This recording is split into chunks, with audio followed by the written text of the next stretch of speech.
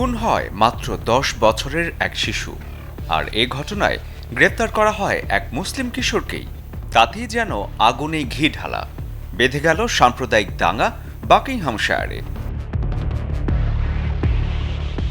গোয়েন্দা জাসমিত ভামরার চরিত্রে দেখা যাবে কারিনা কাপুর খানকে। হংসল মেহতা পরিচালিত দ্য বাকিংহাম মার্ডারার্সে কারিনা ছাড়াও অভিনয় করেছেন অ্যাশ টেন্ডন, রণবীর ব্রার এবং কিথ অ্যালেন। ঘটনার তদন্তভার পড়ে কারিনা কাপুরের ওপর। সিনেমার চিত্রনাট্যে যিনি কিনা একজন গোয়েন্দা এবং ব্যক্তি জীবনেও একজন মা, কারিনা কি পারবেন শিশু হত্যাকারীকে খুঁজে বের করতে?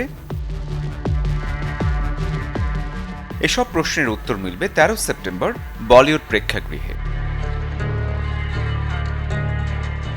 অন্যদিকে যারা থ্রিলার আর কিছুটা ক্রাইম ধাঁচের সিনেমা পছন্দ করেন তাদের জন্য শুক্রবার ঘরে বসেই দেখার সুযোগ আছে ওয়েব ফিল্ম সেক্টর 36, যেটির পরিচালনা করেছেন আদিত্য নিম্বালকর।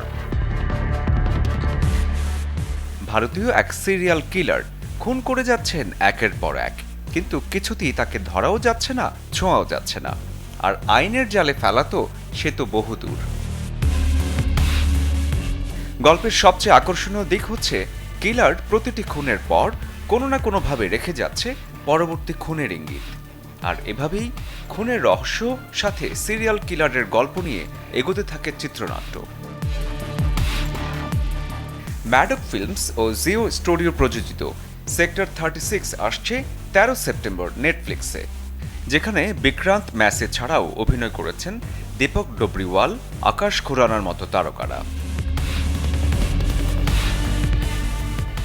শরীফুল হক, চ্যানেল 24।